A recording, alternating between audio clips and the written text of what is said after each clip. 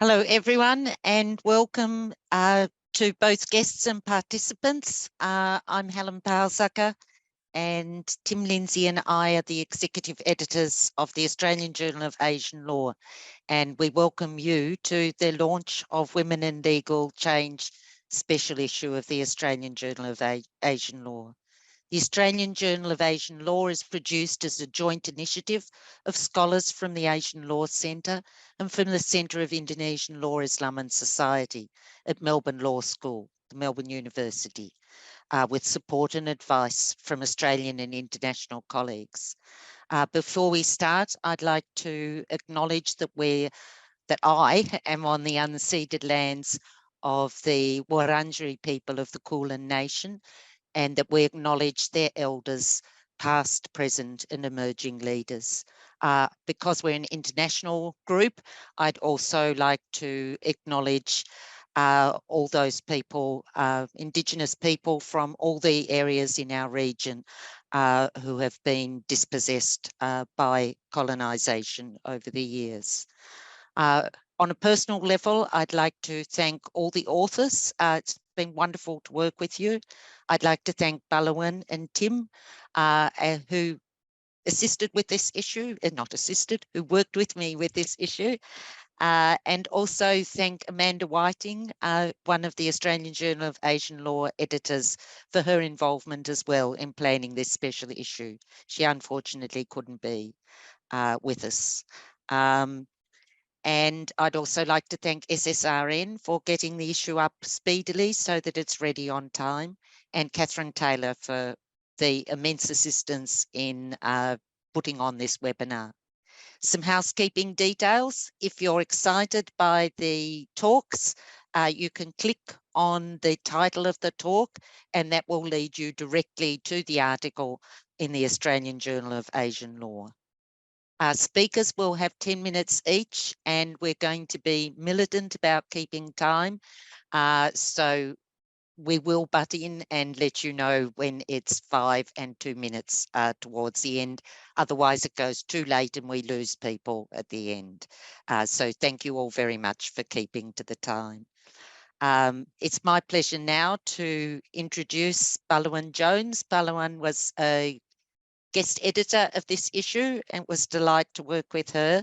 Balawan is from La Trobe University, but was a PhD student with the Asian Law Centre and Centre for Indonesian Law, Islam and Society here at Melbourne University.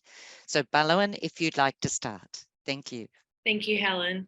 So the idea behind this special issue, Women and Legal Change in Asia, was essentially that in recent years, women's movements across Asia have continued to advocate for women's rights in response to regressions away from progressive legal change, including during very challenging times, such as during the COVID pandemic.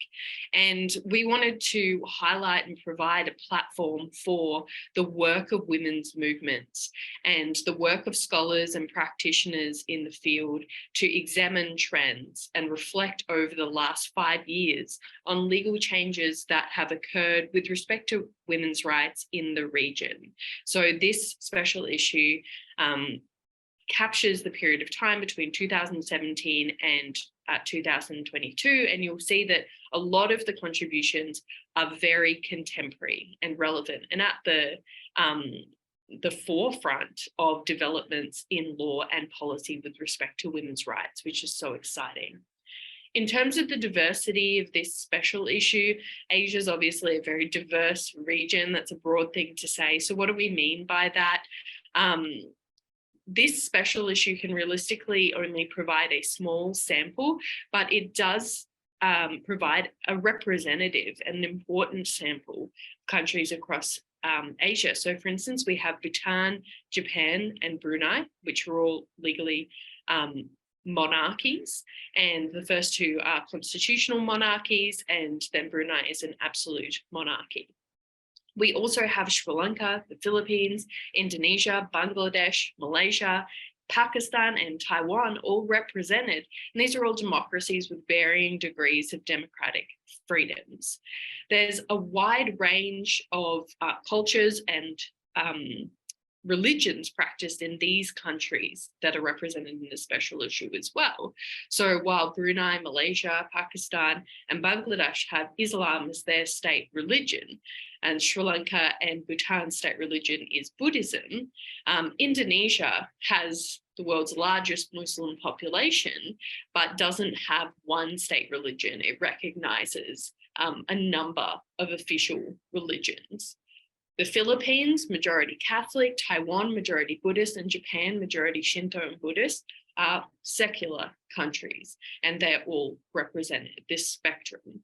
One of the themes in terms of religion that runs throughout the special issue is women working within their particular cultural religious framing of their country. So Muslim women working within an Islamic frame, for instance, to advocate for protection of women's rights. This runs across several of the contributions.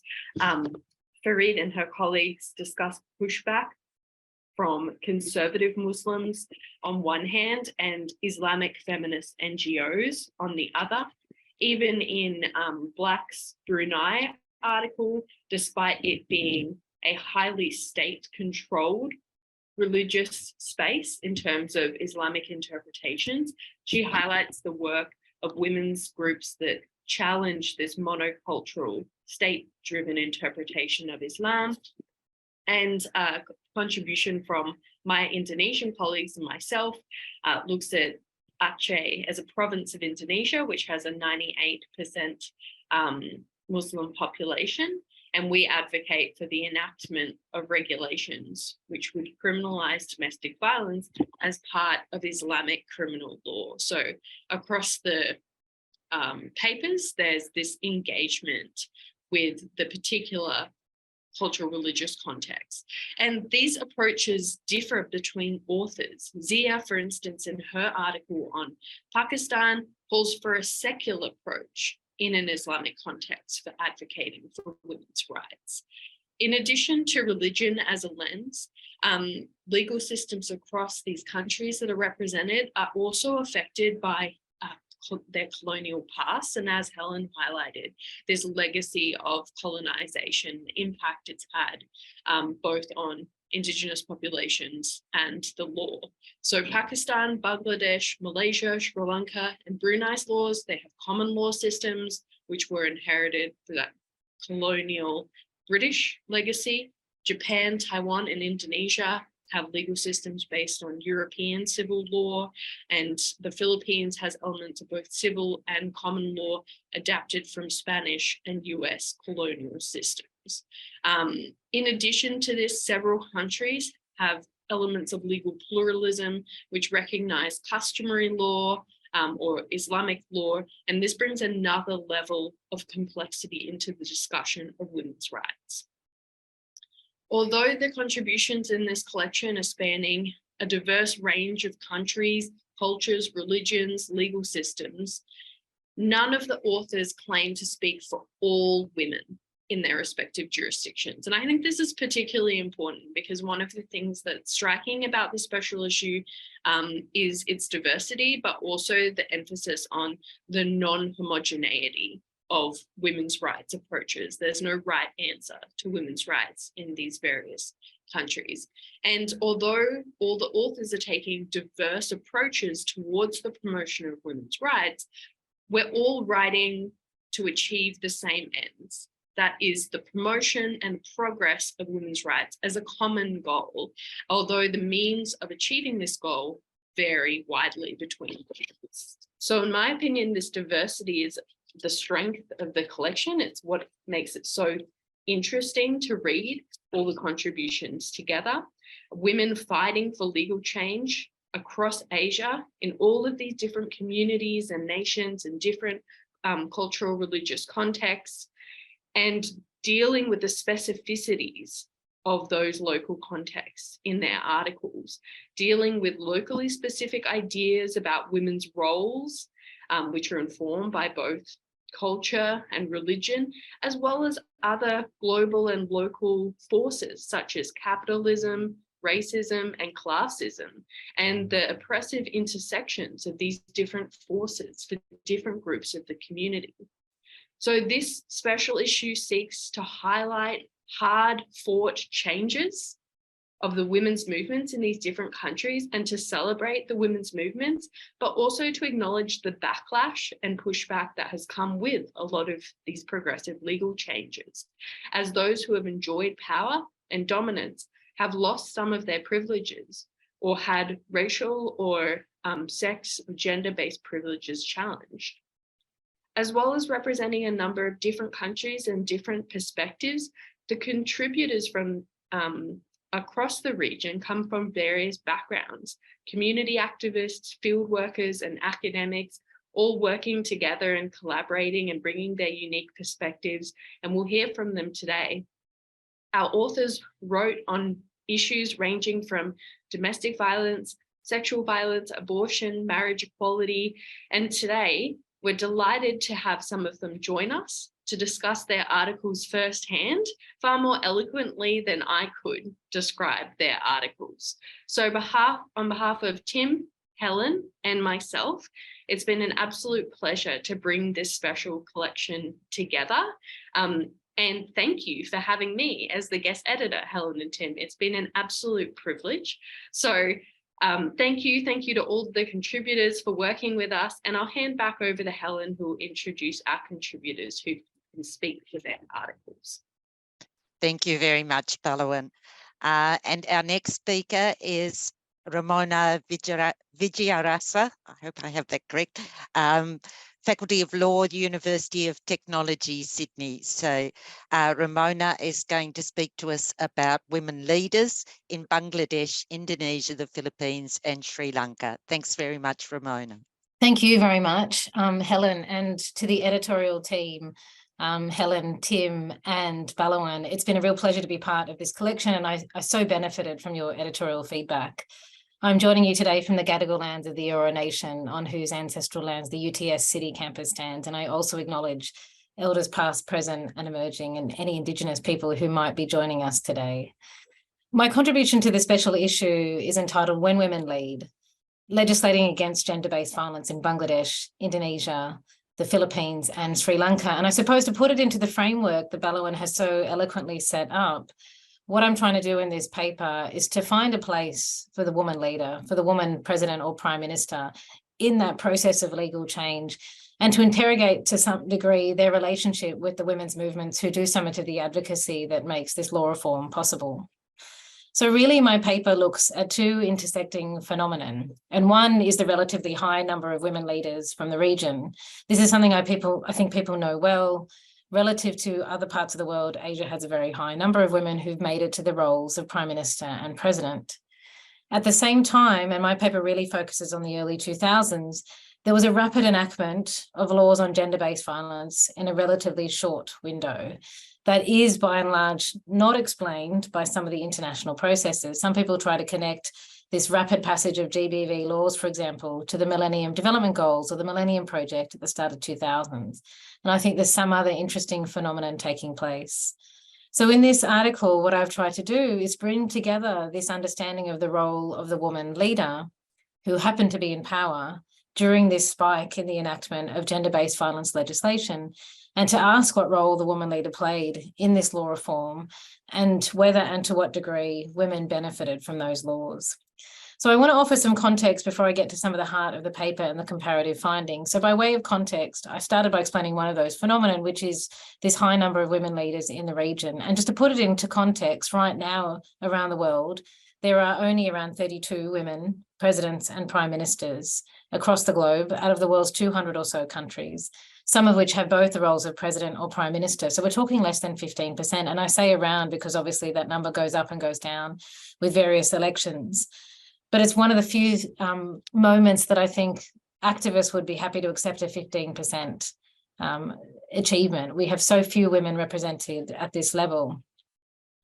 And yet there's such a significant aspect of being just the one woman who makes it, the one woman in Indonesia or in a country like this one, Australia, or the two women in the Philippines. And it's so nicely put by Nirmal Pua, who says, there is a heightened pressure to do the job well when one is a minority. And these women leaders are rarely credited for any role in law reform. So in my analysis, what I've tried to do is interrogate, is there a role for these women leaders in law reform across Sri Lanka, the Philippines, Indonesia, and Bangladesh? And I'll talk more about which women in a moment. The second context I want to provide is why gender-based violence. So in my research, generally, I ask, do women, when they make it to president or prime minister, facilitate the passage of women-friendly outcomes? What's this relationship between the woman president and the women's movements in countries and the women legislators who make it and are helping to enact that law reform? And in this specific paper, I focus on gender-based violence. And one of the reasons why I do that is because we went from this perspective globally where GBV was a largely ignored issue in the 1990s, scholars have described it as universally ignored, to the 3 decades that followed, which have seen a tidal wave in legislation on gender-based violence. Gender-based violence is not a perfect lens. It falls foul of a number of goals that are set up by some of the scholars in this space. For example, Ratna Kapoor challenges the preoccupation with sexual violence again and victimization of women. And so I also acknowledge that a focus on gender-based violence risks that victimization of women. But at the same time, it does provide us a lens to ask, what is this pattern of enactment of laws in a short period of time? And is there a place for the woman leader in that pattern? And so just a quick note on method, I've created the Gender Legislative Index at the University of Technology in Sydney. It uses human evaluators and machine learning to evaluate legislation against international standards, not just gender-based violence laws, but other laws such as reproductive health, tax laws, mining laws, labour laws from a gender perspective. All of the laws are comparatively assessed against the same international standards, primarily the Convention on the Elimination of All Forms of Discrimination Against Women, but not exclusively. And I also conducted interviews in Indonesia, the Philippines, and Sri Lanka from 2018 to 2019. And I'll talk about Bangladesh when I get there. But for the remaining half of my 10 minutes, what I'd like to talk to you about is the women in those laws.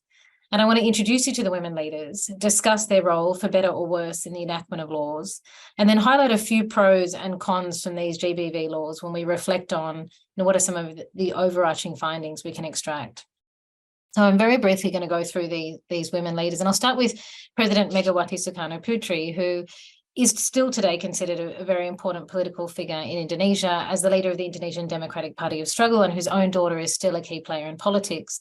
She herself was the daughter of President Sukarno and often invoked his imagery in her rise to power, and was the 5th president of Indonesia. And when she came to power, there was quite a dearth in terms of the legislative landscape for women when it came to gender-based violence. Indonesia's 1915 criminal code only contained penalties for physical abuse of wives. There was no recognition of rape in marriage. And what followed was this 7-year period of collaboration across women's movements and state agencies that culminated in what was really a monumental law, the Elimination of Violence in the Household in 2004. Yet President Megawati's role in this enactment was quite mixed. Some scholars described her signing of the bill into power as a gift for the women's movement, but the fact that she only did it at the 11th hour, when threatened to lose the women's vote in the 2004 election, put some of that into doubt. The final law itself is probably definitely comparatively weaker to the Filipino law, but probably stronger to the Sri Lankan one. Just to offer some examples, violence is defined quite broadly in a positive way to include physical, sexual, psychological violence, and to capture economic violence. Domestic workers are also protected in the law, and the law tries to bring in to its scope marital rape, which is a much debated and hard fought for win. When we talked about some of the socio-cultural and religious obstacles women are up against when Balawan introduced this conversation. Polygamy is not expressly prohibited, but some commentators, including Balawan, suggest that the law indirectly protects against illegal or coerced polygamy. But there are still a number of challenges. Sexual violence is defined very narrowly to only include sexual intercourse, and extensive advocacy to fight for the inclusion of de facto or non-marital relationships were unsuccessful. We turn over to the Philippines. And Gloria Macapagal-Arroyo is a really interesting figure in this space because she was a senator when she authored a bill for domestic violence that she claims was the first step to this Anti-Violence Against Women and Children Act that was finally passed. And yet that's rarely acknowledged because a lot of the focus on the scholarship in the Philippines does look at the really important role Filipino activists played in negotiating a bill that would pass through Parliament and to get that presidential signature. By and large, the Filipino law is an excellent law. It has everything a gender-based violence law should have in it. Free legal services for those who can't afford it, medical services, guaranteed confidentiality, communication with victims in languages they need, an agency on violence against women to oversee the law, and the first ever country to introduce 10 days of paid leave for victims, the first country in the world to do that. But I think this role of the president herself in authoring the bill as a senator is rarely acknowledged. When you look to Sri Lanka, President Kumaratunga is a challenging figure to place in this picture. When she started her role just in 1995, she described gender-based violence as a new problem. And this was very poorly received, obviously, by Sri Lankan women who'd been already advocating for GBV reforms in the context of the civil war itself. President Kumaratunga really shows how much politics and law reform are intertwined, and I think legal scholars rarely recognise this. She had a minority government, and it made it very difficult at a point to pass this law. And it was only when she moved into majority that her own Minister of Justice was able to push this law through. There was also a really large international component in Sri Lanka's law on gender-based violence. The CEDAW committee had just met with advocates who were then able to use that as a platform to push forward their shadow report and call for a much-needed law. And at the time, the UN Special Rapporteur on Violence Against Women was a Sri Lankan lawyer and was regularly running trainings on good practice law reform in Sri Lanka that really informed what the women's movement were able to put forward in the bill that was finally enacted. And then finally, Bangladesh. I've included Bangladesh despite having not done interviews there because it's the only country in the world where a woman has led for more years than a man in the last half century, the only country. So it's a remarkable country that draws our attention. And since coming into power in 1991, power in Bangladesh has really alternated between two female prime ministers, Khaleda Zia and Sheikh Hasina. And the record is very mixed. Scholars recognise that under Khaleda Zia, Bangladesh without reservation adopted the Beijing Declaration and Platform for Action, and 2 years later, Sheikh Hasina introduced a policy based on it. And yet scholar Siddiqui points out how quickly these were watered down. Laws to prevent violence against women were passed under Zia, and a domestic violence law was passed in 2010 under Sheikh Hasina. And they provided exemplary safety nets for women. For example, there was no leniency for honour killings. There was no leniency where a rape ended in a marriage, which was a major challenge that advocates in the country had fought against. But there's a number of other challenges. So, for example, human rights scholar Zakia Afrin highlights how hard it is for victims to define largely underdefined terms. The provisions are just too broad. Terms like humiliation, degrading, and dignity are left undefined, and marital rape is not expressly mentioned in the law. So I want to take a step back in the last minute or so just to say, well, with this picture in mind, what have we learnt? And there's 4 real lessons that I would share from this picture. And a lot of this is presented in my book, The Woman President, which was published this year. So, and first of all, in terms of the leaders themselves, there's a real scale of engagement from direct intervention, the author draft texts of laws, through to the woman leader only really playing a role when it was politically convenient, and at times politically motivated delays or support only offered in exchange for a political goal. What's really clear to me, and this fits really well with all of the other arguments that the scholars in this issue have put forward, which is that women's movements are fundamental. But what I've also seen is women's movements pursue particular strategies when a woman occupies executive office. There's a heightened sense of urgency when a woman makes it to leadership. Increased resources are mobilised just because it's seen to be an open door when a woman leads. And very strategically, women's groups negotiate the women's vote just to get bills passed. And I think that's an important strategy from women's organisations. There is what some political science scholars call a triangle of empowerment, where you have women's movements with women legislators and women in the government, what some countries call bureaucracy. And that's the triangle of empowerment. And that was introduced by political scientist Holly. What I would say, however, is there needs to be a place for the woman leader in that triangle of empowerment. They do play some role, even if that role is dependent on the leader themselves and the political moment. And then finally, I think gender-based violence tells a really fascinating story. You've got a law in the Philippines in 2004, Indonesia, first ever standalone law on gender-based violence in 2005. Sri Lanka, first ever standalone law on gender-based violence in 2005. There's this really interesting pattern, but perhaps it is just a gender-based violence story where gender-based violence laws are enacted at a faster pace than other areas of legislation, which is not the case, for example, with all the reproductive rights advocacy that failed under these women and the abortion law reforms that were not successful. So maybe this is a story, but it's just a gender-based violence story. I'll leave it there and look forward to hearing from the other scholars about their papers. Thank you very much. Thanks very much, Ramona. And our next speakers will be Anis Farid and Isabel Chung, who are from the Women's Aid Organisation in Malaysia. They're two of 4 authors who co-authored together. So I'll leave it to you to decide who will speak first. Okay, thank you, Helen. Okay, so to preface this, our presentation will be more of a casual discussion between Isabel and myself. So introduce myself, I am Anis, and I am a research and advocacy officer at Women's Aid Organization. Hi, everybody. I'm Isabel. I am also a research and advocacy officer at Women's Aid Organization. So WAO is a non-governmental organization based in Malaysia, and we are working to build a better country for women by providing survivors of gender-based violence support and shelter, building the capacity of communities to better respond to violence, and through our advocacy efforts to raise awareness on gaps in provision and legislation. So our paper for the special issue of the Australian Journal of Asian Law on Women and Legal Change in Asia is titled Negotiating Ideations, the Role of State-Led Identity Making in the Progress of Women's Rights in Malaysia. And it focuses on the progress of women's rights by reference to law reforms between the years of 2017 and 2022 from the position of a civil society organization advocating for those reforms and in using a gender-focused lens. So while the progress of women's rights is often viewed as state, non-state actor synergy during windows of opportunity, we argue that the law reforms achieved were ones that the state viewed as congruous with its wider identity-making project for citizens.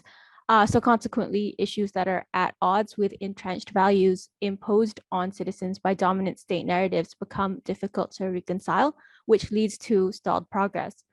So we pose this argument first by defining the concept of state identity, and then we outline the context for women's rights and law reforms in Malaysia before delving specifically into legal reforms which have progressed and those which have not. In our conclusion, we highlight the role that the judiciary can play in securing women's rights. So to begin, we use the concept of state identity to address the way political elites imagine an ideal citizen by ascribing them values which mirror their own biases. The political elite category in Malaysia has historically been occupied by Malay Muslim men who practice a particular brand of Islam unique to Malaysia. So this idea forms the foundation of our argument. If a law reform conforms to the idea of how the state has imagined the values and identity of its ideal citizen, it is likely that the reform will make positive progress. I'd like to highlight that this does not mean that progress is impossible. It merely is about positioning and leveraging windows of opportunity. But with issues that make progress, there may be shortcomings when these issues fall outside of this ideal citizen scope. So before we touch a bit on some of the law reforms to discuss in the article, it's important to provide a historical overview. So our article briefly explores the informal and formal ways that the women's rights Malaysia took and has taken shape, and how it's come to center around violence against women and structural gender inequalities as its key focal points. So the struggle of equal rights for women by women in the time immediately preceding and succeeding Malayan independence has largely centered upon a collective release from colonial power, from which women's rights organizers saw opportunity for equal representation and participation in public life. During this time, informal women's groups like the Kumpulan Kaum Ibu, or translated from Malay to English, Mothers Movement groups, thrived and in some cases eventually became a part of the formal political movement, taking shape as women's only branches. Aside from these, however, up till about the 1960s, the women's rights movement took form as social movements primarily scattered across civil society organizations. The National Council of Women's Organizations, or the NCWO, as a non-governmental organization itself, established itself to unify these scattered movements, in the process solidifying a relationship with the government of the time to advance discourse on structural inequalities.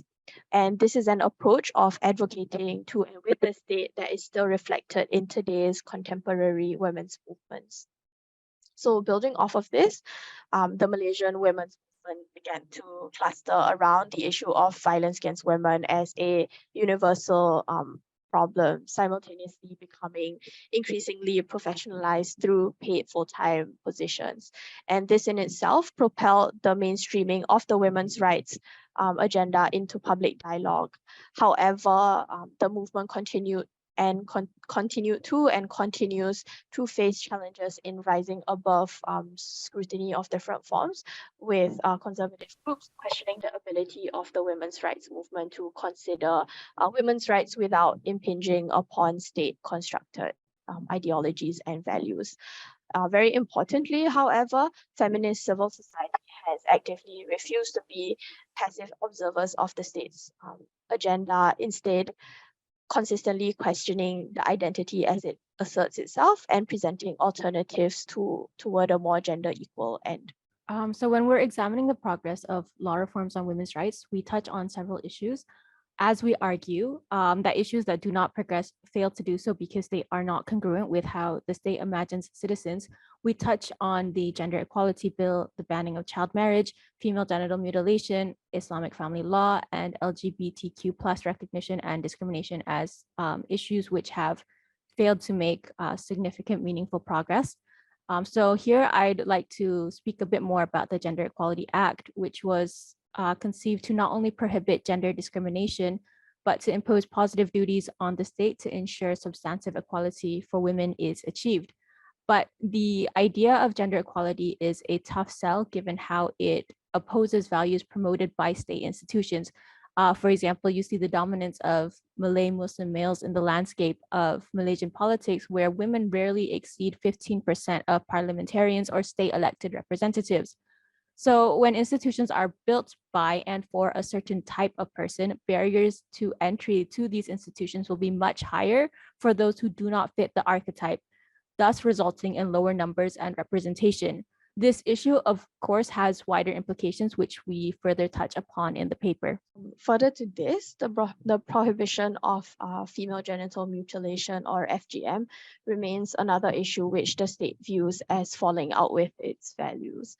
While FGM as an obligatory religious practice remains rather shaky, the practice has become a marker of identity among Malay Muslims, with one interviewee from a 2019 study stating FGM as one of the ways to differentiate Muslims and non-Muslims. FGM is often asserted to suppress female sexual desire. In this way, it is equated as a practice of religious necessity to protect women and girls from these social ills, quote unquote. However, this narrative almost completely relies on a particular interpretation of Islam, supported by a Malay culture that accepts this interpretation. Consequently, FGM is subsumed into the moral character of the state identity as a defining practice, leading to stalled progress on reforms to end the practice. On the other hand, we also see issues which do progress. These include reforms on domestic violence, sexual harassment, stalking, and parental leave, with the argument being that these reforms progress because they are congruent to state values. So here I'd like to address the anti-stalking laws, which had become a focal point of law reform for women's organizations in 2018, modeled after other nations' own laws contextualized to the legislative and the systemic gaps faced by stalking survivors as observed by women's groups working on the ground. The stalking amendments became a point of advocacy that garnered sort of multi-stakeholder cooperation involving both government and non-government allies. So with consistent lobbying by women's groups, in 2019, an anti-stalking multi-stakeholder committee was formed, producing a draft law. In 2020, the Prime Minister's office publicly made a commitment to prepare cabinet papers to make stalking an offence. The anti-stalking law amendments eventually proceeded through to Parliament in earlier this year and passed at its second and third reading in the lower house in October. However, due to the dissolution of Parliament, then the anti-stalking bill now requires to be read again, to be passed and gazetted into law by the incoming cabinet. Relatedly, I'd also like to touch on the anti-sexual harassment bill. So this was a bill that recently passed both houses of parliament, but unfortunately was not able to be gazetted prior to the dissolution of parliament. This is also a bill that has been worked on by women's organizations and the women's rights movement since the 90s. So while the bill passing is positive, we argue that oftentimes issues that make progress is because it falls within the scope of the masculine protectorate state, which views women's inherent vulnerability as needing protection. This is apparent through the shortcomings of the bill, which fall outside of the state's values, rendering the bill less comprehensive than it could be, missing protections requiring organizational duties, protecting people who come forward from victimization, and so on forth. Lastly, we positioned the judiciary as a potential avenue in negotiating ideations, particularly as an agent of transformative equality. Though the courts are not completely independent from the state, they do have a degree of freedom to interpret the constitution in Malaysia, allowing for departures that can secure women's rights. So in our article, we make reference to the unilateral religious conversion of children by parents, as well as a mother's equal rights to pass her citizenship to foreign-born children. So to find out more about how the court has aided in these processes, though arguably through fraught and in some cases potentially ongoing negotiations, do have a read of our paper. Yeah, so I guess just capping off our little presentation here, we just wanted to say thanks to Helen and really everybody at Agile who has provided the opportunity for us to be included as a civil society organization from Malaysia in this special issue and for their support through the process. Thanks very much, Anis and Isabel. And yes, it's been great having you in the issue.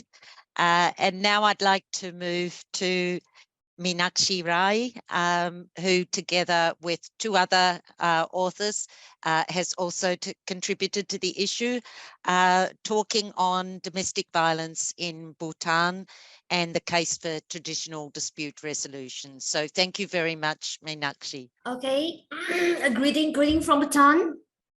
And I'm going to thank you very much for this opportunity. And I'm going to be talking in the capacity of service provider, providing services to survivors of domestic violence in the country for past 16 years now.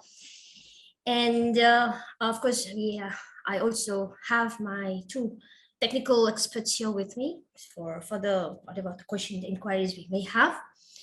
And I'm talking on behalf of Renew, and that's the civil society organization, an acronym for Respect, Educate, Nurture, Empower Women, established by Her Majesty Queen Mother Sangitran Wangchuk in 2004 in response to the needs of the survivors of domestic violence. And we've been working, we're trying to create awareness, advocacy, and trying to provide services to the survivors of domestic violence across the country. And that we are doing with the network of volunteers, community volunteers in the, across our 20 districts here. So, but we have been, rigorously, we've been very actively creating awareness and providing services and now. But with the passing of this Domestic Violence Prevention Act, which is very good for us, we were also very much part of that, a committee trying to push through this Domestic Violence Prevention Act, which came out in 2013. But the thing was the glitch. I wouldn't say it's a glitch, but then there was something that was actually was quite a question for us. And that is domestic violence was redefined And it says that the Domestic Violence Prevention Act says that domestic violence is a crime, no matter, regardless of it's a physical violence, sexual violence, emotional violence, and financial violence. So that was a time that we had to actually, think through. Oh, no, I'm not going to. Okay. So it was during that time that, and then there are a lot of what they call a demand from our volunteers themselves, because in the ground reality, if you really look at it, you'll see that majority of survivors of domestic violence would not come and come forward for the services like a formal justice system totally. And if the study also says that 72.5% of our the survivors have not told anyone. So that was a very big, a very concern for service providers like us. And many of them, of course, do come and confide to us and to the volunteers, but on the condition that we don't refer them to the police or to the court, but they want us to talk, with themselves. But the thing is, domestic violence is a crime. So we were fixed and we were together with a group saying that, okay, so what do we do? Do we ignore? Do you just follow the Domestic Violence Prevention Act? Because it's a crime and we're not supposed to put our hands. That was not the solution at all. Well, we want to move forward. And we said, are we mediator then? Can we be mediator in some way? No, we cannot, because mediator is, again, that you have to be licensed by an agency, Bhutan Legal Initiative. They sort of, Bhutan Legal Initiative, these are the institution that they provide this training. And mediator is there are people who are licensed, and it includes local leaders. And are we victim advocate? We are, because the survivor is the center of our service.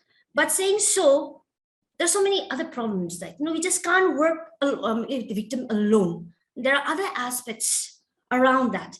So we are not only victim advocates, because while we do our actual practice in the field, has taught us that when you work with the victim, we also have to work with the partners, the person in the question. And so therefore, we are not exactly victim advocates. So who are we? So then we said, okay, let's be a consensus builder. And here we are trying to, by being a consensus builder, what we are trying to be is, we're trying to bring a family together, trying to solve the problems through, consensus building. So that's how the consensus building initiative actually came through. And this has become this is one of the strategies that Renew has, we're trying to take forward to help our families, the survivors and our families to solve their problems. So, CBI, Consensus Building Initiative, is it's a hybrid formal and informal justice system that we are trying to get the best aspects of both formal and informal. Because domestic violence, there are cases which are very serious, which cannot be mediated out of, and we do not tolerate violence. But saying so, we cannot also actually really overlook the other aspects of this domestic violence. And here I'm going to emphasize more on it. This is more relevant, more in the intimate partner violence, where the couple once upon a time were in relation and they're in love, and suddenly the things happen in their life, they are always in fix. And it is where this consensus building initiative really comes to help, because what it does is the very beauty part, I don't have a legal background, but I'm a service provider. I have to work with the clients. So what I see is we try to, reflect values of equity, dignity, fairness, empowerment of both the partners here. When these partners come in front of us, when we are ready for the consensus builder, nobody becomes one is victim and other the perpetrator, and we are actually trying to mediate. We don't do that. We feel both the partners, no matter who, but they are both having problem, and they are now willing to come and talk about it. So that is the kind of environment we provide when we provide this consensus building initiative. We try to do this. And so the resolution is based on the consensus. It's more on a facilitation. We try to make sure there's a gender informed, there's a mutual understanding, and of course, transformative. So this is where we are trying to how to work with the domestic violence issues. And we have been providing this training to all our community volunteers across the country, and also to now the local leaders, because initially the local leaders were the first point of contact, especially when there's a mediation to be done. It's the local leaders who do it. But Domestic Violence Prevention Act also prohibits them from mediating domestic violence issues. So when we train them on this consensus building initiative, even they know how to work within the legal framework, but continue working with the what you call the survivors domestic violence and the family. So yeah, so that's the paper about, and that's what we were trying to share it. And right now, the implementation of community-based support system, like the consensus building initiative is in the process. We are still working to it. It's just been 2 years since we started implementing. And this year, 2022, we did it very rigorously, and we are going forward. And looks like that is actually helping people to come forward for support. I think, so if you look at this is a kind of training that we have. So we have actually right now reached out to 10 districts, and we still have 10 districts to go ahead. And with that, I think I conclude my presentation of consensus building initiative. Thanks so much, Meenakshi. Thank you. Now we have some time for questions. So if people would like to put them in the Q&A, I think that's the best way, Catherine, isn't it? That's right, yes. Yes. So if people could put their questions in the Q&A, where there aren't any at the moment, but hopefully will be some soon. Or if the panelists would also like to ask questions of other panelists, please feel free to show your hand. I know this is abuse of the position as editor, but I just wanted to share something with the Bhutan authors, because today at this Feminist Energies conference, we were talking about collective care as a radical strategy in terms of the prevention of gender-based violence and abolitionist alternatives towards carceral responses. So your paper is really, if you look at a broader theoretical lens, I know Stephen was talking about how some of your donors, for instance, and some of the international people that were involved in these programs, they weren't very supportive of the traditional dispute resolution or the alternative community-based responses, but it's almost come full circle in the Western or Australian context, and people have become so disillusioned with the formal state systems that there's a huge grassroots movement towards community-based solutions and collective care and building consensus and collaboration, as opposed to prioritizing formal or carceral responses. So I'm not sure if you've been in conversation with scholars in that area, but in terms of supporting your work going forward and creating this narrative about the success of your Renew program, definitely the theoretical strengths of it are engaging with a whole new conversation which ties into abolitionism. So I thought that was something interesting to share with you from the conference I was at today, because you mentioned how that was not the dominant approach in the development and aid sector in Bhutan at the moment.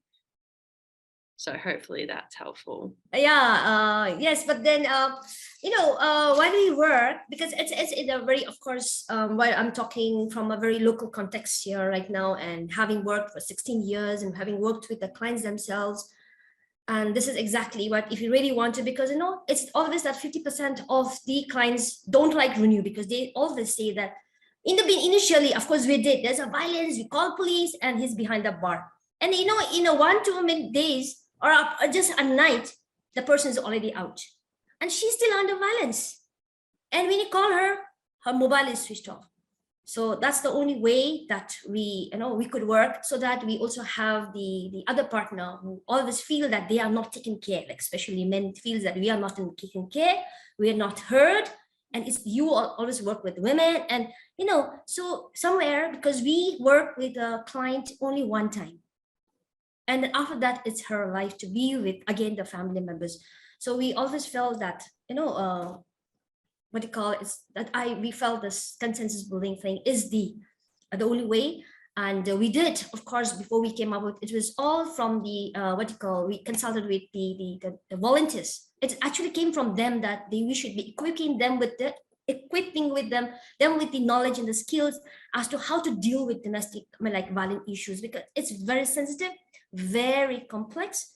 And that's one. And actually they're the one who actually encouraged us to come up with some kind of a strategy that can help them as well, the client that they are working with.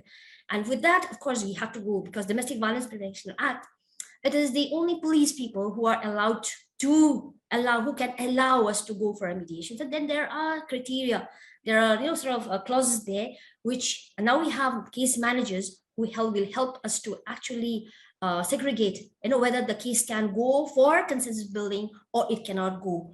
So where we take cases which we can talk about, like especially the emotional violence and the financial violence, extramarital is some triggering factor towards it. In that kind of cases, we do have this consensus building. Other than that, of course, it has to go. Therefore, it is a hybrid. We have to have the formal justice system as well as the the alternative dispute resolution. So we have this hybrid, and it is working, and it's very easy for us to work on. Thank you, Meenakshi. I believe, Ramona, you had your hand up. Yes, thank you very much, Helen. I think it's really great that this special issue has both practitioners and such a variety of scholars involved.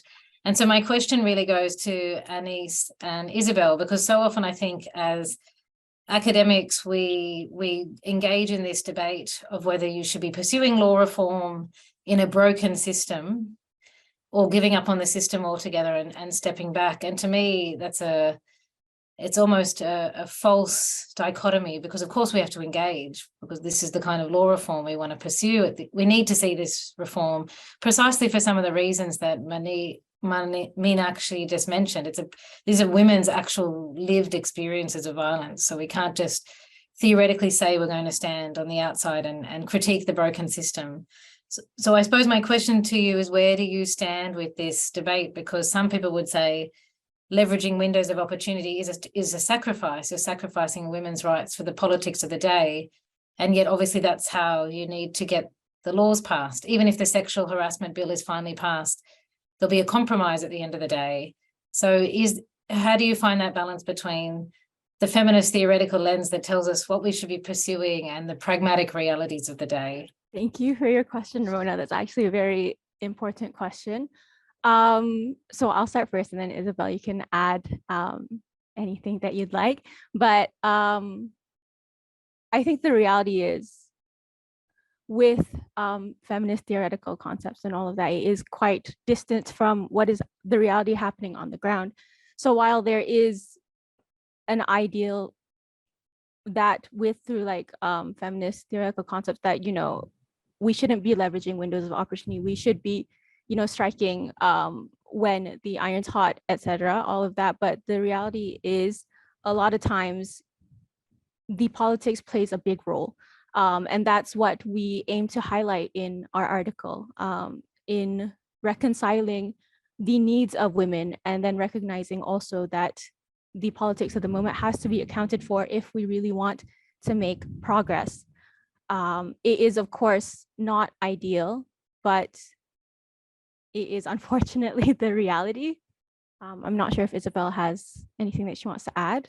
No, I think that's a very comprehensive answer. Thanks, Anis. I guess just like a little note as well is that I suppose in when we endeavor towards in our law reform efforts, when we endeavor towards a more inclusive and a safer society, I suppose we as Anis has said, we do try to we do acknowledge like the fact that political processes and things like that do play a role in law reform and all of that, but it's also, I suppose, in that sense, we are required to bring to the table, the policy making table, what the government, what policymakers want to see, and that's often an economic argument. that's often data, like hard quantitative data. But in that process, I think we also try very hard to balance it out and to highlight women's voices, survivors' voices in the process, right? Because it's not all about numbers and it's not all about the economic argument, even if that's what they more often want to hear. It's also about the women who are facing violence, and we endeavor very hard to to highlight those voices and those lived realities as well. Yeah, I hope that answers your question. Okay, we have time for one quick question. And if we don't get one, then I suppose we can have a 7-minute instead of a 5-minute break. But does anybody have one last question? No, it looks like not. So let's take we've got a 6-minute break and come back at 5:05 by Melbourne time and whatever the equivalent is in your local time. So we'll see you in 6 minutes. Thank you, and thanks very much. Okay, if we start back again, and for our next session, Tim Lindsay, who is my co-executive editor, is going to be chairing the session. So welcome, Tim. Thanks very much, Helen, and welcome to everybody. Good to see you all face to face.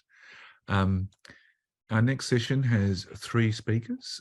So our first speaker will be Dr. Afia Shabano Zia from the All Britain Centre for the Study of Public Life at the Wesleyan University. And Afia will be speaking about My Body, Allah's Choice, Islamic Laws and Sexual Autonomies in Pakistan. Thanks, Afia. Thank you so much, Tim. And to the editors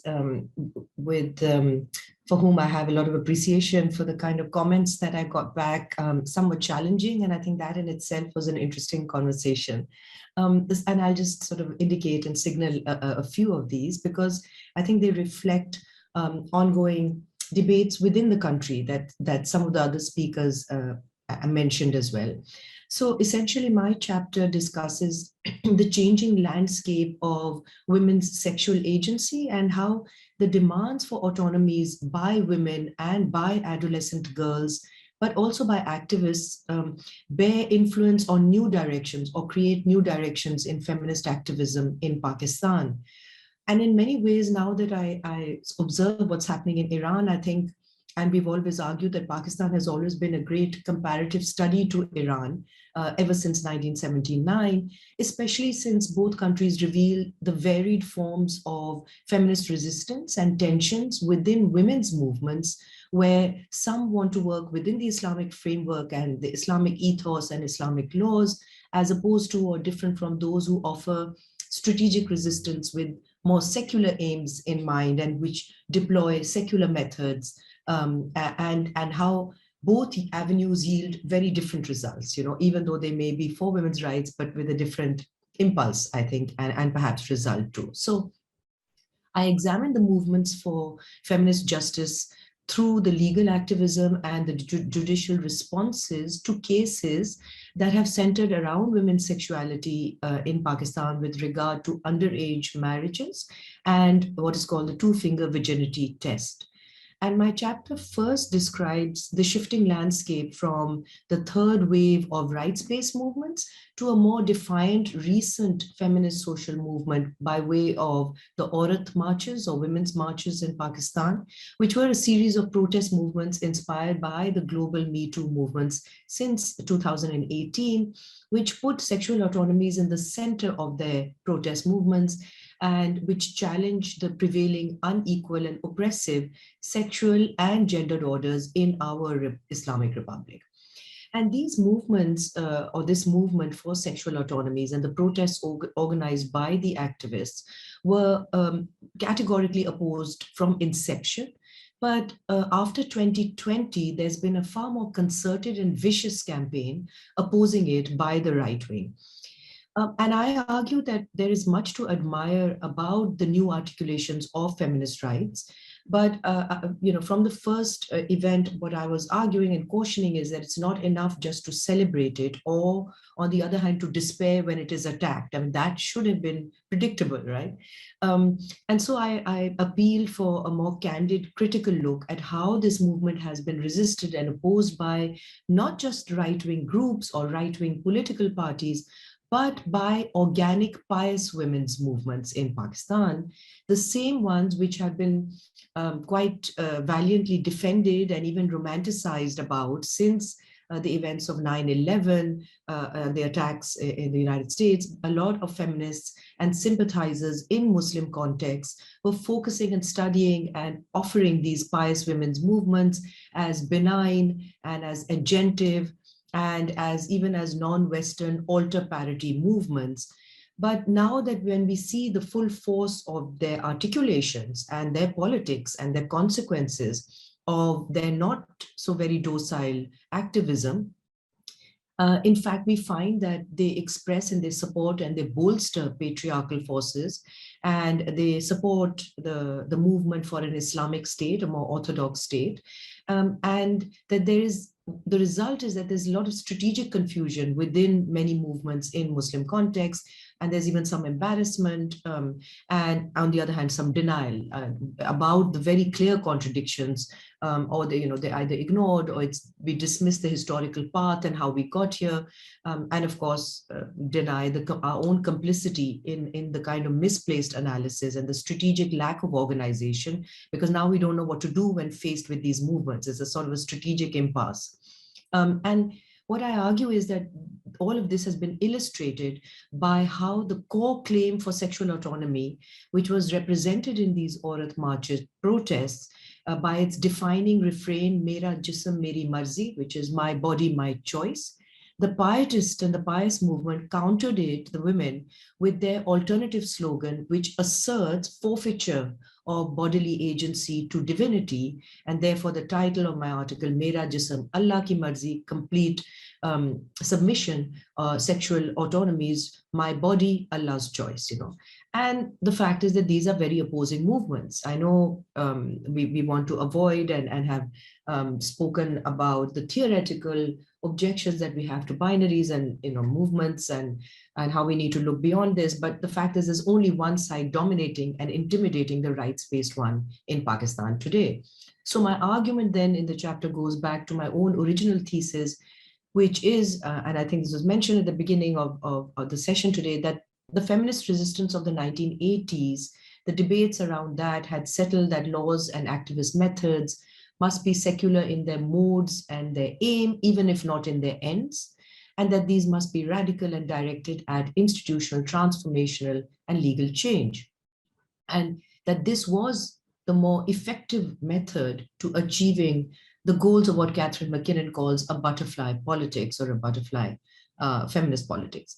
So in many ways, this kind of appeal for non-Western feminist complexity has been shattered by this kind of vicious and sort of sweeping wave of not Islamist politics, but piety movements, and the spread of pietist careers for women and celebrities who are looking to redeem themselves in Pakistan, very much like also a common trend in Egypt, in Turkey, Iran certainly, who turned not just to the veil, but by categorically rejecting secular careers in fashion or entertainment industries or anywhere in the public sphere, and specifically by condemning feminism in ways that describe it as only about sexual depravity and homosexuality. And we have the same challenge with the transgender rights bill that is being challenged in Pakistan today. So they follow a very similar pattern, and that was to be expected. And modesty or haya, which is what the alternative or the opposing movement is called, the haya march, not the Aurat march or women's march, but modesty march, and virtuosity have become the overwhelming preoccupation in Islamic, in the Muslim context, and guarding women's sexuality has become a peak anxiety, which always was, but it really has peaked in Pakistan. So related to this then is the issue of how this new wave of feminist activism has also tended to remain distant from the state and is suspicious and even dismissive of the patriarchal justice systems, what we were discussing a few minutes ago. And that's why I bring in as illustration the issue in the cases of underage marriage and the two-finger virginity tests. And I lay out the historical process by which theological laws have been instituted, particularly for Muslim personal laws and the laws of inheritance, especially since 1979, and how these became institutionalized, and they systematically sacralized the public realm. I also try and explain how the law and sexual and social behaviors in Pakistan continue to be governed and are closely regulated by families and communities.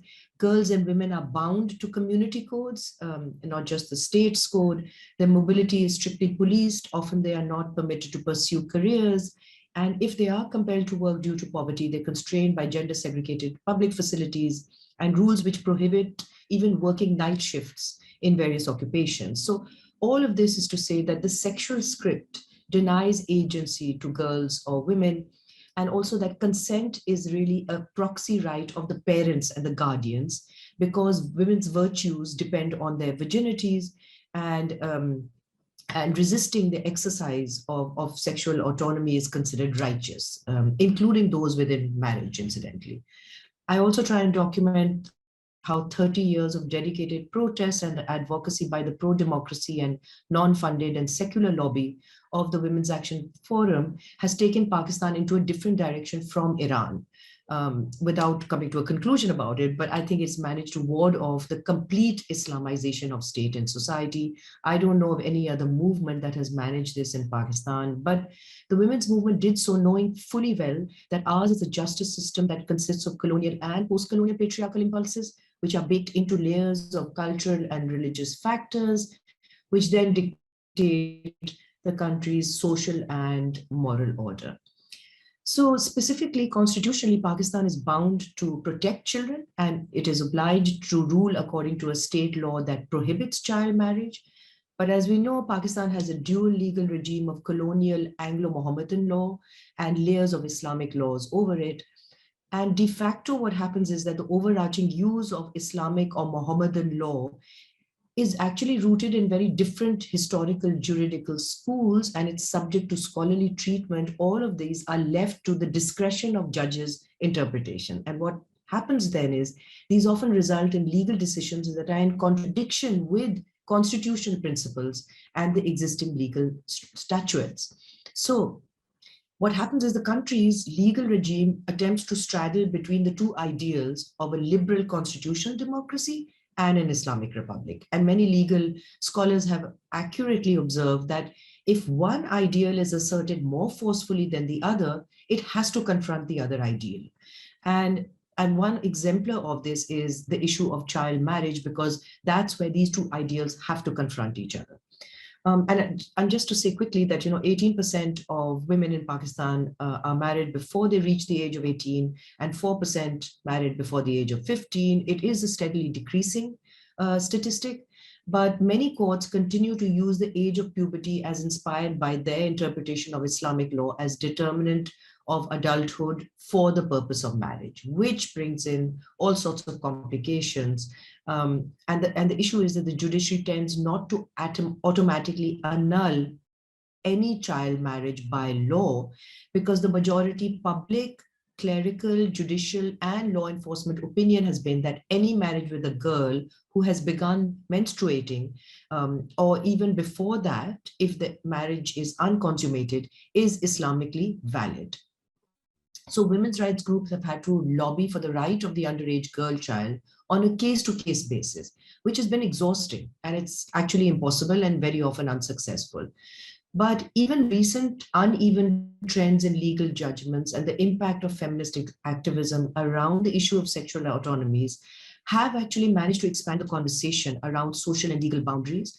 And it can be tentatively claimed that they are having an impact on the judiciary. So the protests on the lack of consent in cases of underage marriage is complicated in Pakistan because we have no law for interfaith marriages. Muslim women cannot marry non-Muslim men unless they convert to Islam. And when Muslim men want to marry non-Muslim women who are not of the revealed religion, the women are required to convert to Islam. So the boundaries between forced conversion of faith and child marriage becomes blurred. And many young girls are seduced by the ideas of romance and love and of the promise of economic upward mobility, and even of escaping the fate of an outcast minority by converting to the majority faith. And then the lack of legal distinction between marriage of choice made by an underage girl from a minority group with a Muslim man and a forced conversion complicates the resolution of underage marriage. And even though civil society groups and even the government tries to grapple with this, we then have a complication of the role of the community power brokers and the non-judicial tribunals or community tribunals or emissaries of power. All of these triangulation, I know we were saying a little earlier that that's opportunity and that sort of breaks boundaries and is more fluid. On the other hand, it makes some issues even more complicated, which should be simpler. Muslim fathers and fathers from the minority faith use preemptive efforts to prevent their virgin daughters from being abducted or assaulted or abused or proselytized. Yeah, and even more, they are even more restrictive over women's and adolescents' sexualities. So there are a couple of cases that I use to illustrate this. The Arzu Raja case in one, a Christian young girl, which is an ongoing case. And lastly, my argument is that as long as we use a protective fold and lens in the case of underage marriage, which even some courts do, they tend to still criminalize adolescent sexual behavior. And that is, activists are split on this. And then, finally, I end on the example of the two-finger test, which is a practice in cases of rape that has been enforced since the colonial era, outlawed in India, Bangladesh. Women's rights activists filed a legal petition against this, and they won the case that there should not be a scientific, valid way of determining resistance to rape cases or sexual violation cases. And ultimately, I end by saying that there are successful examples of legal activism which are not dependent on community-based intervention or the Islamic reasoning or argumentation, and the struggle for sexual and bodily rights and political strategies that are faith-based, I argue, will not transform towards feminist ends, even if they do offer some temporary and usually paternalistic protectionism in the process. Thank you, Tim. Thank you very much, Afia, for a very interesting summary of your paper. Our next speaker is Adjunct Assistant Professor Iris Pai from the Mackay Medical Center, the National Defense Medical Center in Taiwan. And she'll be speaking on her paper, which was titled When Marriage Became a Choice, Marriage Decisions Among Lesbian Couples in Taiwan. Thank you, Iris. You have 15 minutes. Hi, hello, thank you. Well, when I first got Helen's email, I was surprised, really surprised, because it's a journal about law, but I'm not working in that area. I'm in gender study, I'm in social science, but it turned out, thank you, Helen, for inviting me to having me in this special issue, because my research indeed is to see how people react from, can I go back to, oh, that's all right. My research is about how people get impact or to react and to build their lives around the new law. So this is right. Okay. This picture is from the news on the day when Taiwan passed the new law. The same-sex marriage in Taiwan went into effect on 24th of May in 2019, making Taiwan the first country in Asia to legalize the same-sex marriage. And this photo from the news shows the crowd gathering outside of the legislation yuan on the day when they passed the law. It was a raining day, heavy rain. And let's have a quick look at the new law. Not so new, but well, relatively. Taiwan's Justice of the Constitutional Court under the Judicial Yuan issued the Judicial Yuan Interpretation number 748 on 24th of May 2017, ruling that a same-sex marriage ban was unconstitutional. Instead of amending the original civil code, the legislature passed a new law 2 years later, which called the Enforcement Act of Judicial Yuan Interpretation number 748.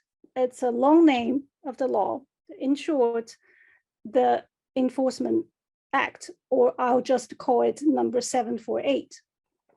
According to the new law, same-sex couples in Taiwan became entitled to register for same-sex marriage when the law went in effect on the same day, 2019. And my article is a follow-up study. I conduct my initial fieldwork in 2010 as part of my PhD project, researching on same-sex intimacy and commitment. When the same-sex marriage legislation was unavailable. At the time, I interviewed 15 Taiwanese lesbians couples. They're aged 30s to 40s.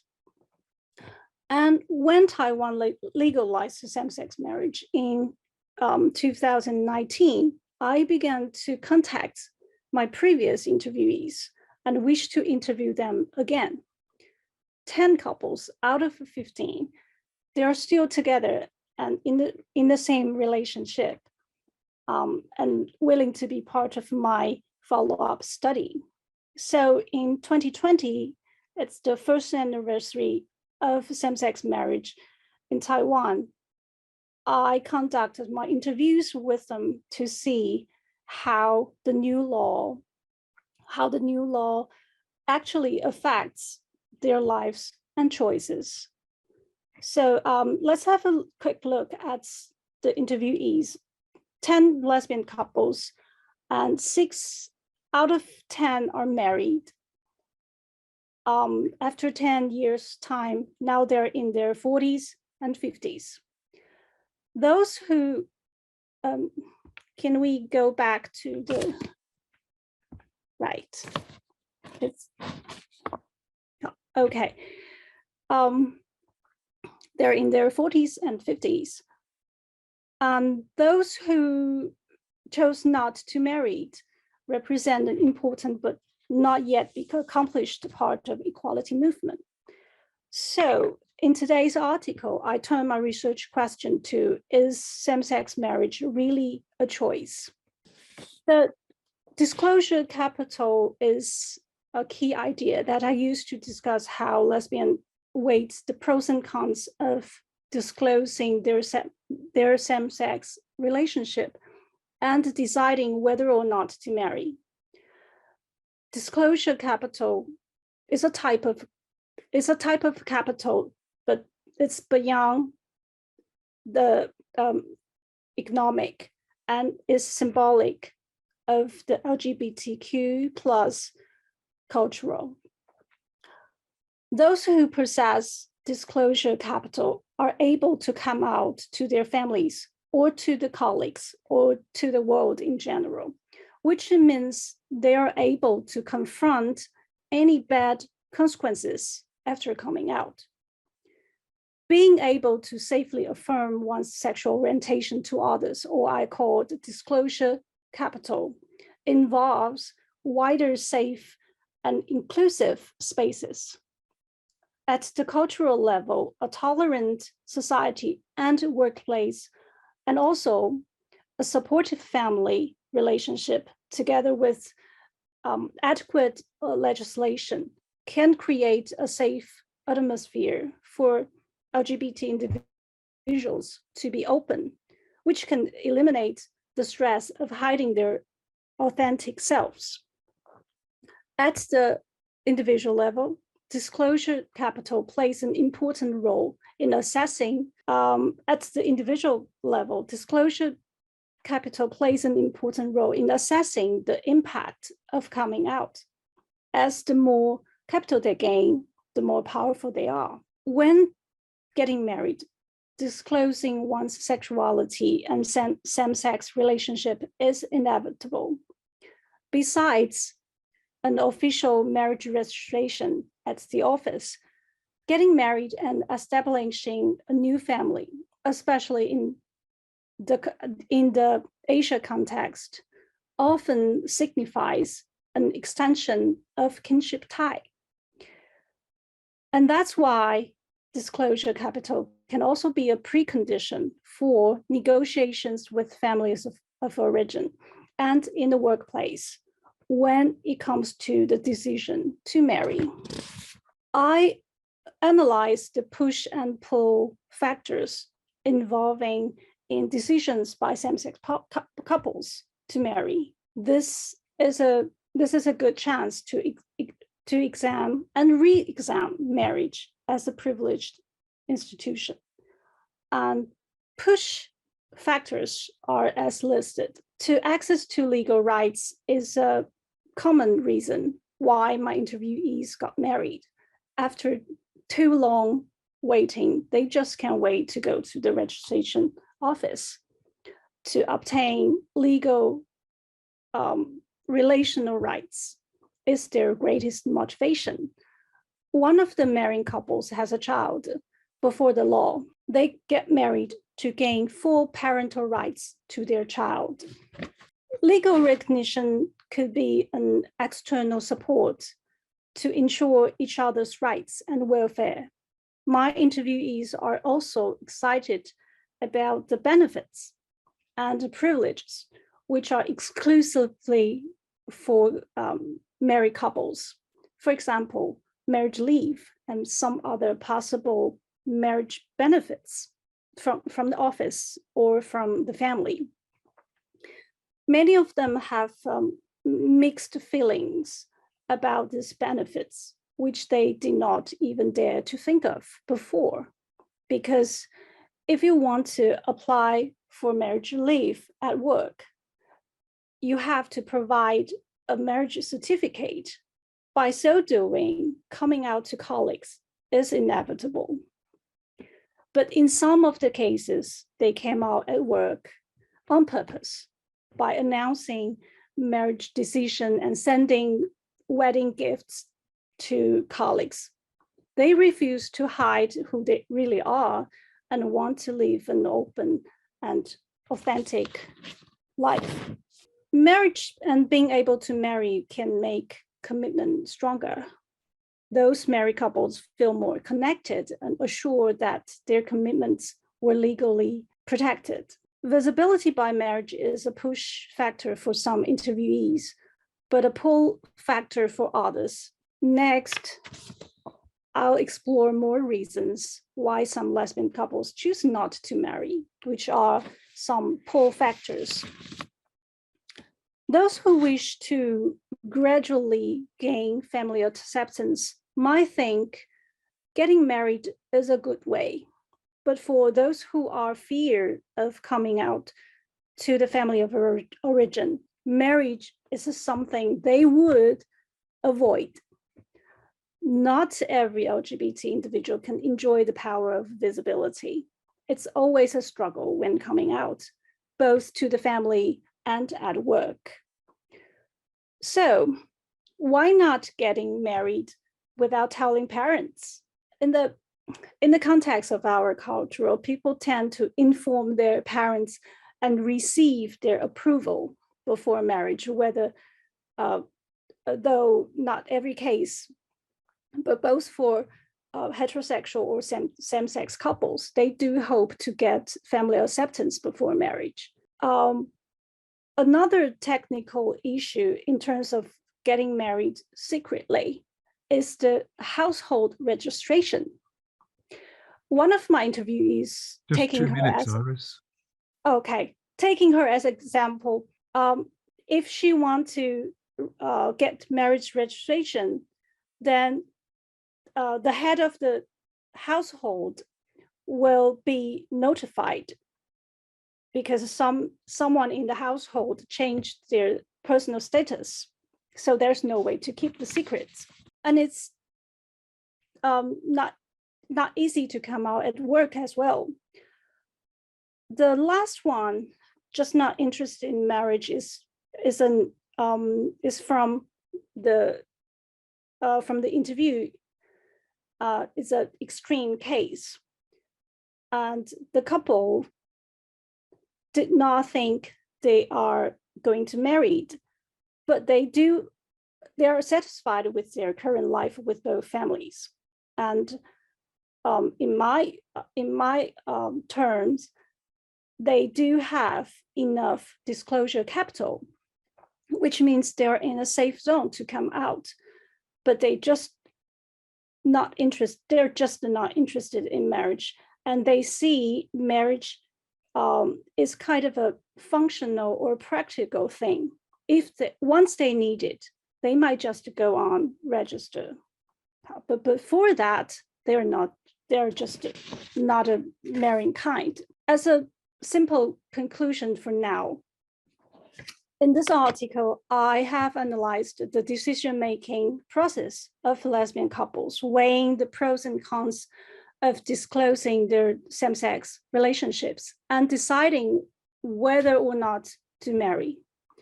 This article also contextualized the push and pull factors of decisions about marriage and how disclosure capital closely connects to their ability to marry. The push factors signify the importance of legal protection for LGBTQ community, while the pull factors signify a future goal for equality movement. Equality movement is an ongoing process.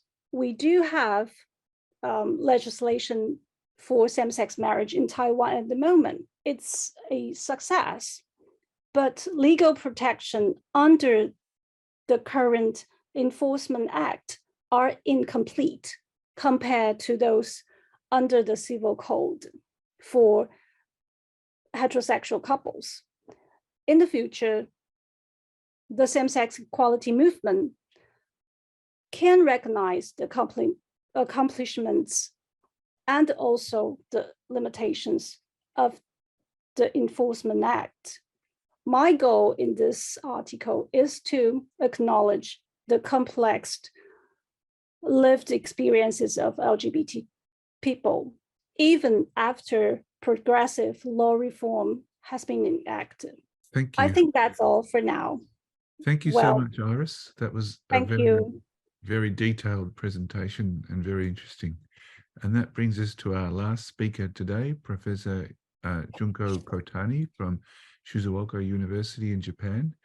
And Junko will speak about the regulation of sexual expression in Japan, criminalization of non-consensual distribution of private sexual images, and beyond. 15 minutes. Thank you very much. Thank you. Just a quick comment on the same-sex marriage in Japan.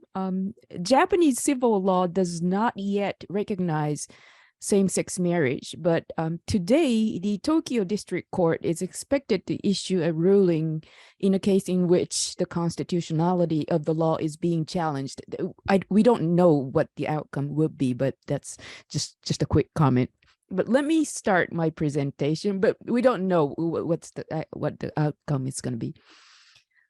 First of all, I am very honored to be here with you all today, and I thank you, Helen, and everyone else at the Australian Journal of Asian Law for being very patient and supportive throughout the process of being the editing and publishing of my article. And I wrote about the recent changes of regulation of sexually explicit images in Japan. I initially intended to focus only on the Private Sexual Images Act of 2014, which prohibits non-consensual distribution of private sexual images. But at the last minute, I added a section on the controversial new law, which came into effect in June this year and regulates the production of adult entertainment videos. And the numbered topics in these slides correspond to the headings in my article. In my article, I first glanced over the traditional regulation of sexual images in Japan, and number 1 and 2, the prohibition of dissemination of obscene materials and regulation of provision of sexual publication to the youth, are both intended to control the sexual morality or the environment in the society, instead of protecting the rights or interests of the persons depicted in the images. On the contrary, the third one, the Anti-Child Porn Act, aims to protect the children appearing in child pornography. In case you're not familiar with the problems of non-consensual dissemination of a private sexual images, a typical case would develop like this. A woman willingly sends the intimate photos or videos of herself to her boyfriend while they are dating, but they eventually have a bitter breakup, and the boyfriend somehow feels disgruntled and posts those photos of her on the internet without her consent, just to embarrass and hurt her. Now, the problem with these cases was that despite the grave harm inflicted upon the victims, disseminating sexual images was not always punishable by existing laws unless they clearly showed genitals and met the requirements of criminal obscenity, or the victims were under 18 years of age and covered by the Child Porn Regulation Act. In many cases of revenge porn, the images may be highly embarrassing, but do not meet these requirements. The Private Sexual Images Act was enacted to fill in these gaps to address the problems of revenge porn. The act prohibits distribution of private sexual images both online and offline. It defines private sexual images as shown in this slide, and these are the definitions. And the act has been criticized by some scholars as vague and overbroad, and also as lacking the precautionary measures to prevent being applied to the expression which should otherwise be protected.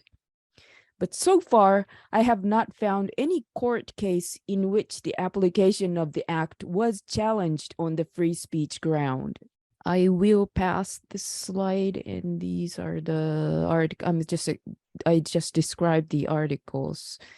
In the next one, the act is intended to protect the legal interest in Japan called peaceful private life, which is understood to include sexual privacy. The concept of sexual privacy may be interpreted in different ways, but it should be understood in this context to include not only the right to safeguard one's own sexual information, but also the right to determine how one's private information should be handled by others. In the context of regulation of private sexual images, a person should have the power to decide which part of their own body to be shown to others, not just in person, but also through photos and videos. Now, what should be noted here is that the Private Sexual Images Act, excludes from its scope images that are not intended to be private. For instance, it is so understood that an image is not considered private if the person depicted was aware that the images will be widely distributed as pornography, video, or magazines. And under this act, if at the time of the recording, approval or awareness existed for the image to be distributed in future, such approval could not be withdrawn at a later date. This distinction between private and non-private will become sort of irrelevant under the new act that was enacted in 2022. So what happened in 2022 was that this act, the name of the act is extremely long, so I'll just call it the Adult Video Act. So this act was enacted in a haste in June this year. It was enacted in response to the increasing concern in the society over the dark side of the adult video industry, specifically in response to the allegations that women were being either manipulated or deceived into performing in such videos. The new act provides multi-layered protections for actors. It obliges video producers, number one, to provide contract documents to actors, which were often neglected in the industry. And number two, explain to the actors the details of expected sexual acts. This is to prevent the actors from being deceived. And number three, refrain from filming for 1 month from the day of concluding the contract. This is to give the actors the time to reflect on their decision to appear in such videos. And number four, refrain from publishing the videos for 4 months after completion of filming. This is to give actors another chance to reflect on their decision. And the act gives actors some rights. Number one, the right to review the video product before publication. And number two, gives the right to annul contracts within 1 year of publication, regardless of whether the consent was given at the time of filming. While the act addresses the serious problem of unwanted appearance in sexual videos, it is in my opinion, it is very seriously flawed in that it lacks the mechanism to exclude professional actors or the willing actors from its application. Therefore, the act may seriously impede the work conditions and livelihoods of those willing actors. So the 2022 Act appears to have discarded the measured approach of the 2014 Act, which had carefully excluded from its scope adult entertainment videos. And the 2022 Act also appears to stand on the premise that women are all too vulnerable to make sound decisions whether or not to perform in adult videos. I have mixed feelings for this 2022 Act. On the one hand, the act is remarkable for its attempt to protect sexual privacy of women by creating the mechanism to protect women and prevent deception and exploitation in the production of adult videos. But on the other hand, it is overprotective in that it impedes the livelihood and self-determination of willing actors, no matter how controversial those decisions to actually perform in those videos may be. So my conclusion is that the 2022 Act must be amended to solve this problem, but I think the trend in Japanese law to provide protection for private sexual images in this age of the internet should be welcomed. So that is all, and thank you very much. Thank you, Django. You're finished? Yes. Yeah, great. Terrific. Thank you so much. Thank you to all three of our speakers. We have a little bit of time for questions, and you can ask your question however you want. You can put your hand up, your hand icon. You can write it into the chat. You can write it in the Q&A, whatever you want. So any questions? And panelists, please feel free to ask questions of each other. And that applies to all panelists. There's so much to think about from those presentations. How do you think I felt writing the introduction, Tim? It was such a rich collection. I just wanted to say something I was thinking about when Iris was speaking. I absolutely loved your paper, Iris, and I thought that it really did belong in this collection because we're talking about advocacy from the women's movement at the grassroots, and then we're talking about how that translates, as Ramona spoke on, to politics and law reform, the executive, the legislature, and as Afia mentioned, the judiciary and all of those different arms of government and their roles, and then talking about it all the way down the line to how these laws are implemented, and how different people from different groups have the lived experience of interacting with those laws. So I thought it was a really important contribution, and it is a question mark for a lot of us in our work, that we're working at the former end of the spectrum, saying, oh, we want these laws and we want these laws passed, and we're talking about law reform. And then your paper raises all of these questions, and I guess important ones for us to reflect on is, what do these laws actually do? It's not the why do we want them, because we all agree that these, and then how do we put them into practice? As Junko raised, there's really important questions about the balancing of different rights and different interests within these laws.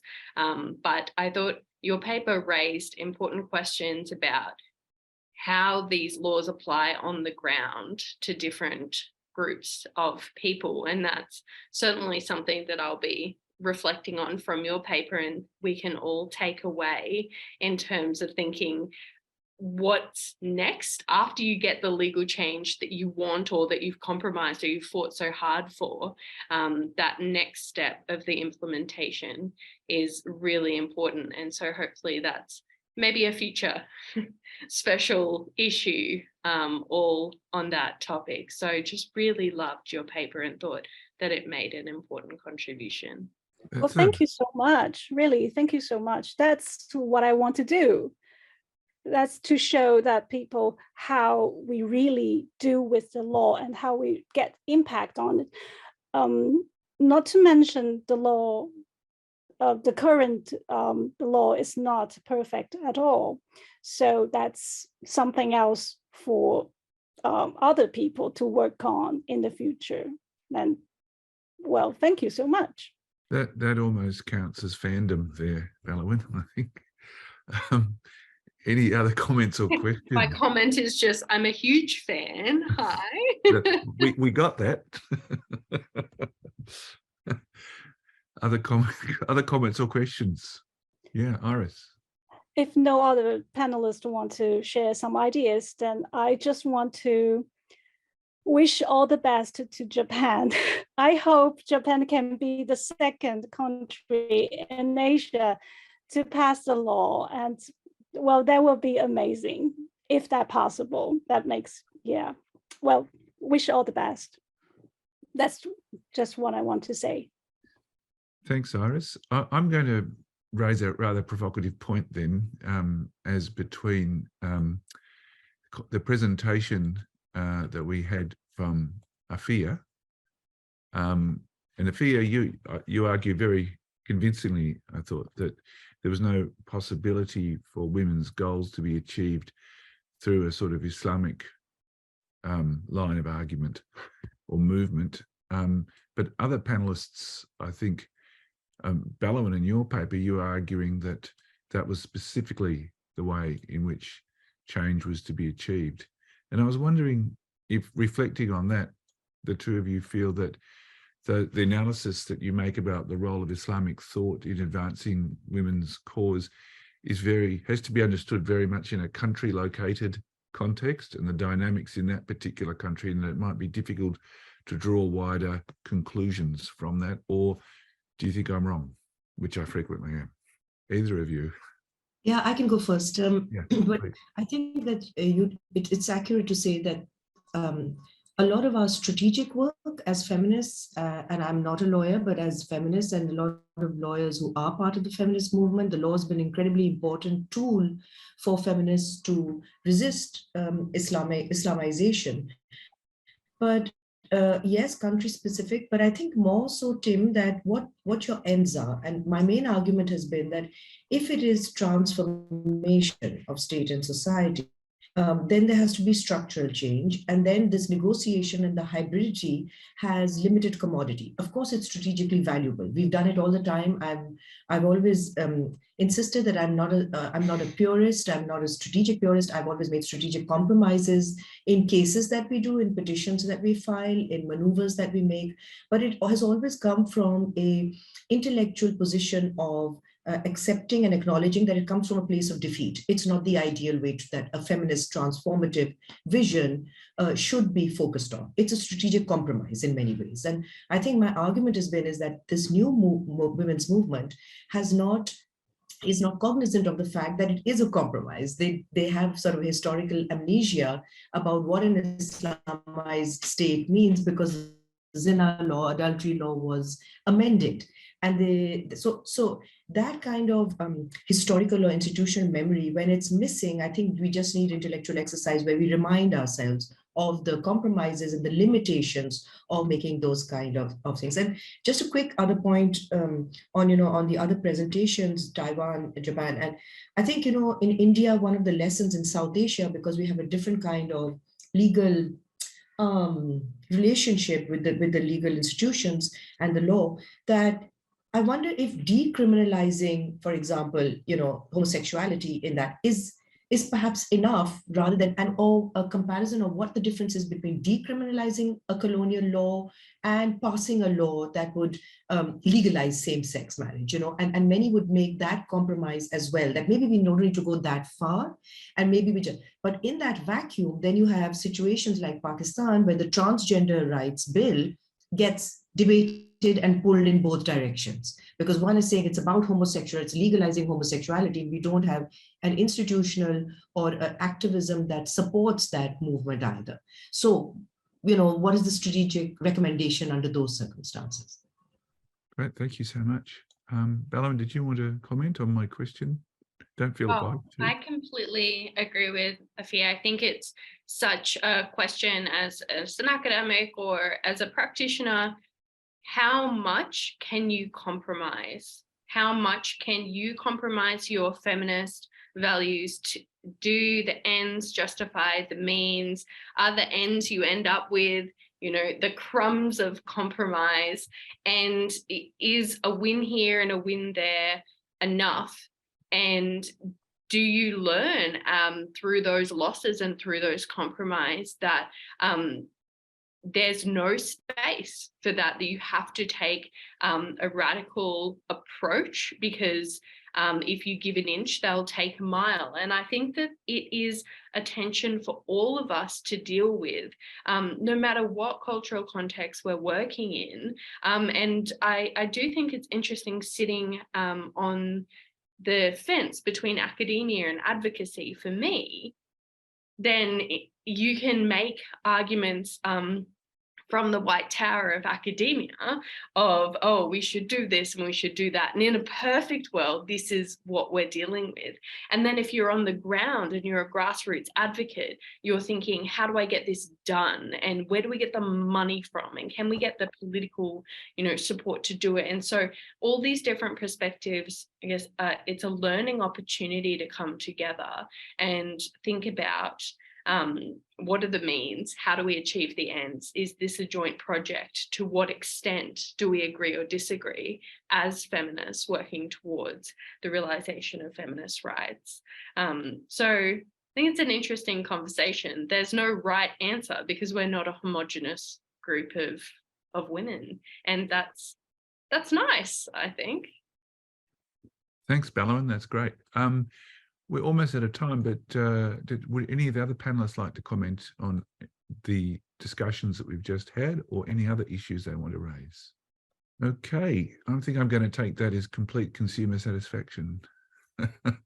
And I think we might call things to a close. I just want to thank all of our speakers for really fascinating presentations today, and congratulate you on having condensed your very dense and fascinating papers into short 15-minute summaries. You did very, very well at that. So thank you for your presentations, but also for the really excellent papers you contributed to the journal. Thanks to our audience. We've got a couple of people left, but the audience are here today. All of you for joining us. We had people from a range of different countries and time zones. Thank you for being here to support us. And if you want to attend more events held by the Centre for Indonesian Law, Islam and Society, please send a message in to us and we'll put you on our list. Special thanks have to go to Helen Pausaka and Balawan Jones for their vital work as editors for this special edition, having the idea, being inspired by Amanda Whiting, who couldn't join us, and then developing the idea for this edition and their central role in making the issue come out and for making today's meeting possible. So a round of applause. Last but definitely not least, I want to thank Catherine Taylor, the manager of the centre, for her invisible but hard work behind the scenes, keeping the IT working, which is absolutely crucial for an event like this. And particularly Catherine, because as we come towards the end of the year, there's a whole lot of events on, and Catherine's sort of running multiple simultaneously. I don't know how you do that, but she does it. So thank you, Catherine. Thank you all again. We look forward to seeing, yes, round of applause for Catherine. We look forward to seeing you all again soon at one of these special edition launches or the other seminars we run. We have one next week on the criminal code in Indonesia, which deals with a lot of the issues we've discussed today, matters of gender in particular. We hope you'll keep reading the Australian Journal of Asian Law, which is a unique publication because it's the only international referee journal that publishes on the legal systems of Asia, not on comparative and international law, but just on the legal systems of Asia in their own right, because we think they matter. We'll have some more special editions soon. We had one recently on LGBT people and law in Asia, and we have a special issue coming up soon on the death penalty, just as soon as Helen and I have recovered from this one. So once again, thank you to all. We look forward to working with you in the future, and thank you very much.